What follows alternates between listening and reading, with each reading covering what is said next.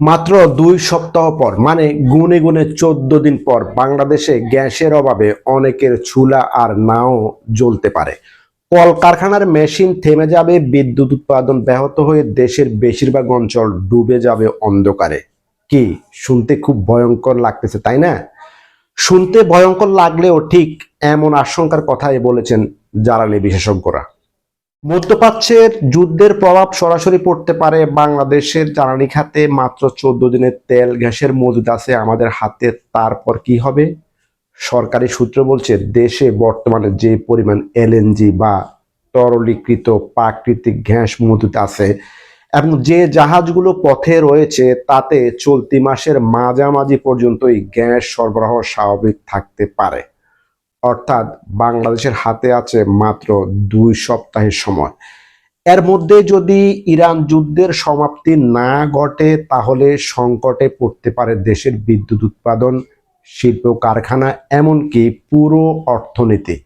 কারণ এসবের পেছনে আছে আমদানিকৃত তরল গ্যাস, যা আসে মূলত মধ্যপ্রাচ্য থেকে। বিশ্বের অন্যতম বৃহৎ এলএনজি উৎপাদন কেন্দ্র কাতারের রাস লাফান কমপ্লেক্সে সাম্প্রতিক ড্রোন হামলার পর উৎপাদন ও সরবরাহে বড় ধরনের বিঘ্ন ঘটেছে। এর সঙ্গে যোগ হয়েছে আরেক বড় সমস্যা, হরমুজ প্রণালী।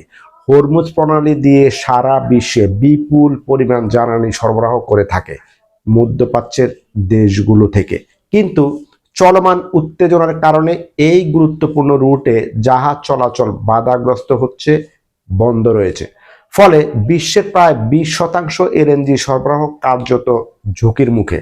বাংলাদেশের জন্য এই সংকট আরো বড়, কারণ আমাদের আমদানিকৃত এলএনজির 40%-এরও বেশি আসে কাতার থেকে। পরিসংখ্যান বলছে বাংলাদেশ বছরে প্রায় 60 লাখ টন এলএনজি আমদানি করে, যা আসে প্রায় 115টি কার্গো জাহাজে। এর মধ্যে প্রায় 40 লাখ টন এলএনজি সরবরাহ করে একাই কাতার।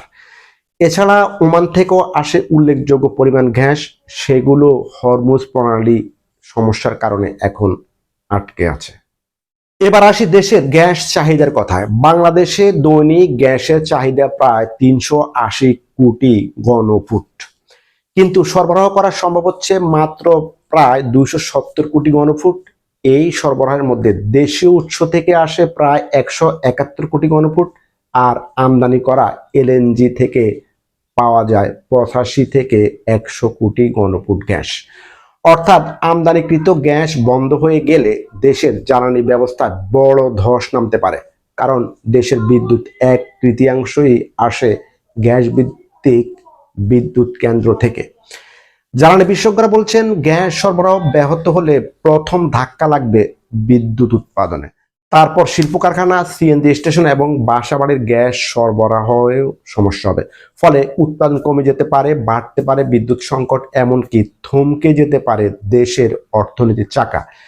তাই এখন বড় প্রশ্ন হলো, বাংলাদেশ কি সময়ের মধ্যে বিকল্প জ্বালানির উৎস খুঁজে পাবে? এর মধ্যে কি যুদ্ধ থেমে যাবে? মধ্যপ্রাচ্যের সংকট কি সমাধান হবে, নাকি সত্যি সামনে আসছে গ্যাস ও বিদ্যুতের বড় সংকট?